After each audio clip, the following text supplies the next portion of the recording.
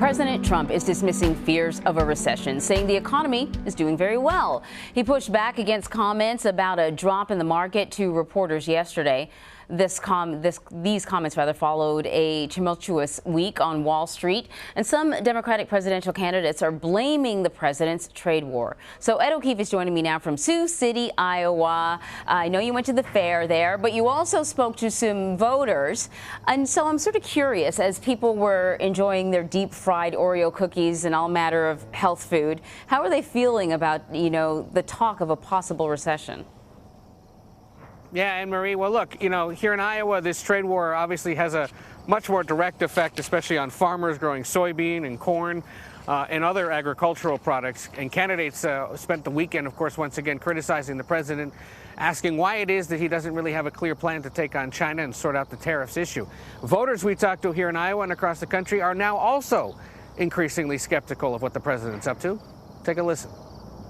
If he gets lucky and China breaks, then I suppose he's going to get a lot of credit. But I don't really see that happening right now and don't think this is a good approach to it. I don't like things that have to do with a short-term achievement feeling. And I think that a lot of the things that are happening with tariffs are about showing power now, not necessarily about reaping benefit later. Seeing the market go up and down every single day is just so stressful that you don't know what to expect. You don't know how to plan for it.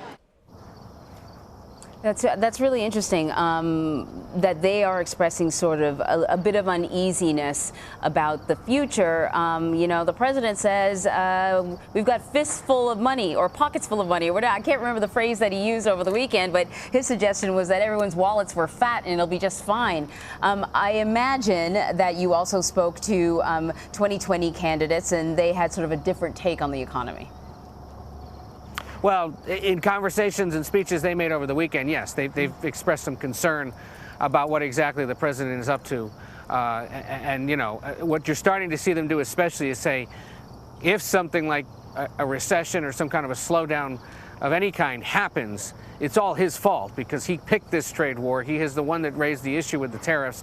And if that's causing the uncertainty and the slowdown, then it's all on him. So finally, Ed, you're in Sioux City as many of the 2020 candidates participate in a forum focused on Native Americans. What can we expect? And I presume, I don't know if this is going to sort of rear its head again, but Elizabeth Warren may find herself in the hot seat again.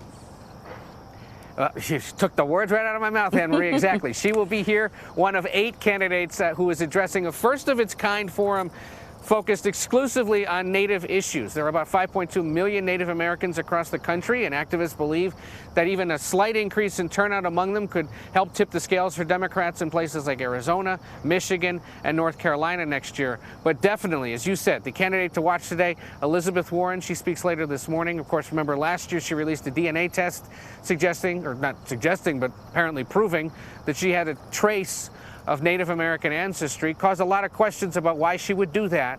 But notably, in conversations with voters here in Iowa and in other parts of the country over the last few days, and with some Native American leaders, we have found many Democrats especially don't think this is a big deal at all, much ado about nothing, but others do point out that because the president continues to call her out for this and use various terms to describe her because of it, that perhaps it could be a drag on her potential general election challenges. So we'll see whether she takes up the issue today at all during the forum or blows right through it. That's what I wanted to ask you about because, the president has not brought up Pocahontas and his various nicknames that he had for her for a while, but he brought it up again recently. I don't know if you take that to mean that he's seeing her. I mean, she is rising in the polls, so maybe he's seeing her as a potential threat.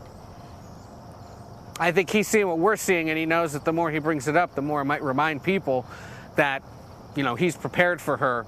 And again, we would have to wait and see whether or not those attacks really do stick. But it's telling that in telling people we were coming here and saying, guess who's going to show up, they kind of immediately knew what that could possibly mean. Right. Oh, Elizabeth Warren at a Native American event, where could that go?